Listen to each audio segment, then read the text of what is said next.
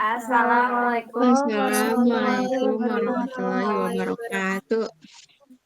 Kami dari kelompok 3 kali ini akan mempresentasikan tentang hyperrealism, tentang publik atau influencer di media sosial versus real life.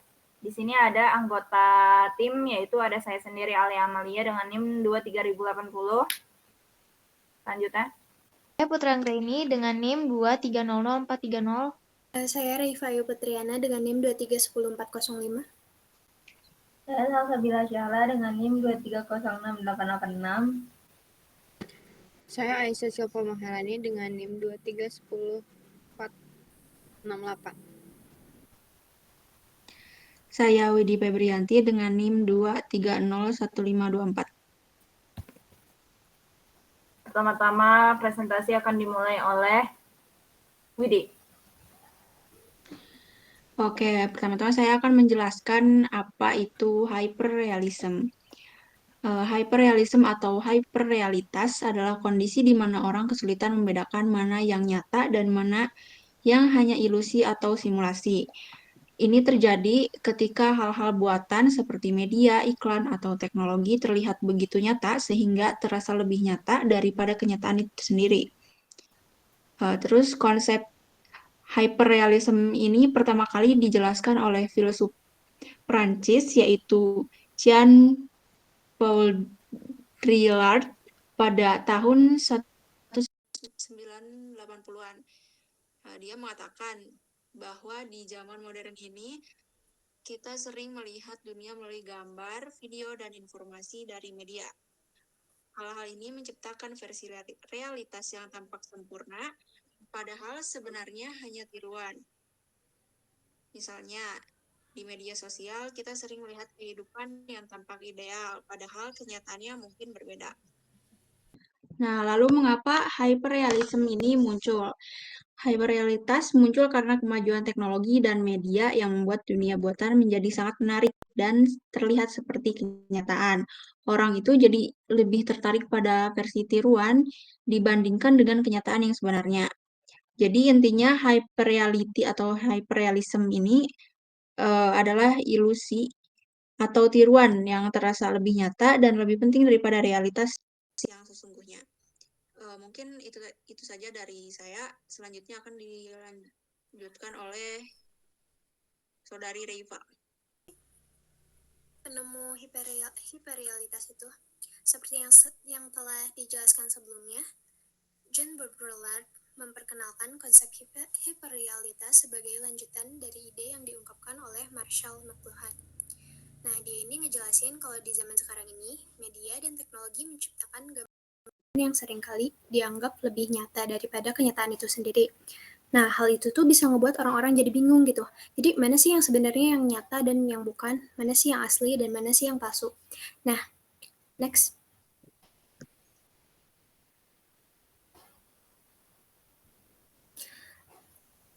Di sini aku mau nyebutin beberapa contoh yang baik dan buruk dari hiperrealitas.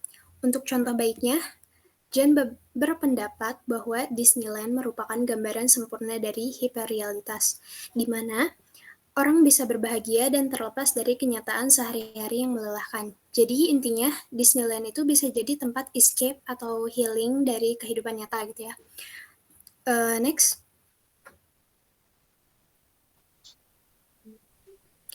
Lalu untuk contoh buruknya itu ada iklan dan pemasaran. Yang dimaksud dari hal ini itu adalah iklan dan pemasaran yang menggunakan editing atau skrip yang berlebihan. Jatuhnya si iklan ini tuh menipu pembeli atau konsumen, di mana si konsumen itu udah punya ekspektasi pada produk tersebut. Namun ternyata kenyataan yang ada tidak sesuai. Yang selanjutnya adalah hoax atau berita palsu. Seperti terkait dengan yang sudah dijelaskan sebelumnya, ketika orang tidak membedakan mana yang nyata atau tidak, orang-orang jadi lebih mudah termakan berita palsu atau hoax. Cukup penjelasan dari saya, selanjutnya akan dijelaskan oleh rekan saya, Ren. Selanjutnya yaitu fenomena. Jadi fenomena hiperrealitas yang terjadi ketika batas dan realitas itu menjadi kabur. Jadi seringkali disebabkan oleh media, teknologi, ataupun simulasi. Nah, beberapa contohnya itu misalnya di kehidupan media sosial banyak orang yang menjalani hidupnya itu seolah-olah hanya untuk media sosial, jadi hanya menunjukkan yang baik-baiknya aja gitu. Nah, yang kedua yaitu budaya konsumsi, yaitu konsumen-konsumen banyak yang beli-beli produk-produk yang seringkali itu nggak membeli fungsinya, tapi maknanya aja. Jadi, misalnya hanya sekedar FOMO gitu. Selanjutnya itu televisi dan film. Nah, hiperrealitas dalam hiburan membuat kita seringkali lebih terlibat dengan cerita fiksi daripada kenyataan. Dunia fiksi yang sempurna, penuh aksi dan juga melodrama dapat terlihat lebih nyata atau menarik daripada kehidupan sehari-hari. Nah, yang terakhir itu contohnya yaitu politik dan berita, di mana di era pasca kebenaran banyak berita yang sengaja dimanipulasi dan dikemas sedemikian rupa sehingga menjadi lebih menarik dan sensasional daripada fakta. Selanjutnya akan dilanjutkan oleh Aisyah. Oke, selanjutnya ada contoh studi kasus. Nah, hyperrealitas itu kan ketika batas antara realitas dan ilusi menjadi kabur ya, sehingga orang itu sulit membedakan mana yang nyata dan mana yang dibuat-buat. Nah, pada studi kasus ini saya akan membahas kasus Teuku Ryan, suami dari influencer terkenal Realities. Nah, kita bisa ngelihat bagaimana hyperrealitas terjadi di media sosial. Nah, Realities ini kan seorang influencer besar ya, yang dimana kehidupannya itu selalu diperlihatkan di media sosial. Bahkan setelah menikah dengan Teuku Ryan, kehidupan mereka berdua itu juga sering dibagikan ke publik gitu, melalui konten seperti vlog, Instagram, TikTok, dan YouTube. Nah, tapi yang kita lihat itu seringkali bukan kehidupan asli mereka, itu melainkan versi sempurnanya yang telah yang telah dibuat gitu, buat ngedapetin respon positif dari audiens. Misalnya video-video mereka itu selalu menampilkan kebahagiaan, kemesraan atau momen-momen bahagia, meskipun kita tahu gitu ya bahwa di balik layar mereka pasti kayak pasangan-pasangan biasanya yang ngadepin masalah atau tantangan gitu. Sama kayak kita mengkonsumsi, kalau ngelihat konten Teuku Ryan sama Ria Ricis, ngelihatnya Teuku Ryan itu orang yang baik, cowok yang bisa dipercaya, suami able gitu. Terus green flag juga gitu. Padahal nggak sepenuhnya seperti itu gitu. Terus ketika kita nonton konten semacam itu terus-menerus, kita bisa menganggap bahwa apa yang mereka tampilkan itu adalah gambaran sempurna kehidupan mereka, padahal itu cuma versi yang udah dipoles aja gitu atau diperhalus gitu ya. Nah, itu yang disebut hiperrealitas, di mana yang ditampilkan di media sosial itu menjadi lebih nyata daripada kenyataan itu sendiri. Akhirnya menganggap kehidupan rumah tangga Teuku Ryan sama Ria Ricis itu nggak ada sama sekali masalah. Padahal realitasnya itu jauh berbeda. Baik, selanjutnya akan dilanjutkan oleh Sahla. Baik, ini adalah beberapa footage aslinya. Dan di video ini seperti yang kita lihat di slide sebelumnya, tentang Ria Ricis, ya seperti yang kita lihat di media sosial, kebahagiaan rumah tangganya Teuku Ryan dan Ria Ricis, tetapi di belakang itu mereka punya masalahnya sendiri. Seperti yang berita di video 7 alasan. Ternyata ini 7 alasan Ria Ricis ngotot ceraikan Teuku Ryan. Nomor 5 sangat tidak disangka. Berikut ini 7 penyebab Ria Ricis ngotot cerai dengan Teuku Ryan. 1. Ditransfer 500 juta agar berbaikan. Dalam gugatan yang beredar, Ria Ricis ternyata pernah tidak saling bertegur sapa dengan Teuku Ryan selama 1 minggu lantaran saat itu tergugat atau Teuku Ryan sedang tidak punya uang. Hingga akhirnya Ricis berinisiatif untuk mentransfer uang senilai 500 juta rupiah kepada Teuku Ryan Rian dengan alasan uang pekerjaan dari brand. Kemudian sikap Teuku Rian kembali berubah menjadi lebih baik kepada Ria Ricis. Hal ini sontak saja membuat warganet naik pitam. Warganet tak menyangka apabila Teuku Rian pernah memiliki tabiat seperti yang tertulis dalam putusan sidang cerai tersebut. 2. Kurangnya nafkah batin. Selama berumah tangga, Ria Ricis merasa bahwa dirinya kurang mendapat hak nafkah batin. Hal ini mulai terjadi saat Ria Ricis tengah mengandung anak pertamanya di trimester kedua. Hubungan suami istri mulai jarang terjadi sejak kehamilan trimester 2 sampai akhirnya menjelang persalinan, tulis surat gugatan tersebut. Bahkan karena jarangnya berhubungan suami istri, Ria Ricis sampai tidak bisa melahirkan normal.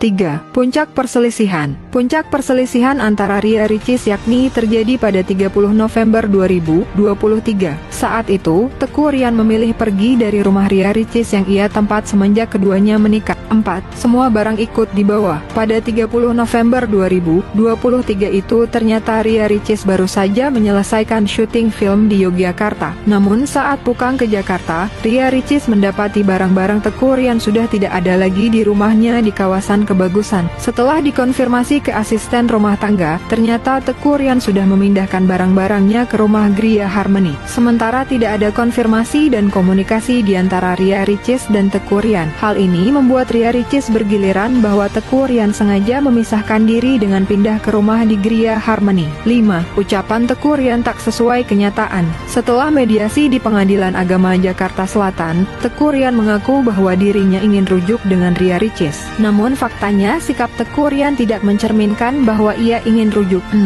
Ria Ricis sering diserang. Saat proses perceraian, Teuku Rian ternyata kerap menyerang Ria Ricis. Teuku Rian menyerang Ria Ricis dengan kata-kata eksploitasi anak, istri durhaka, kualat, sombong, kakaknya ustadzah tapi tausiahnya tidak masuk di adiknya. 7. Sering menceritakan keburukan. Tak hanya itu, selama proses perceraian Teuku Rian juga sering menceritakan keburukan. Misalnya berkomentar dengan merendahkan sholat dan ibadah Ria Ricis.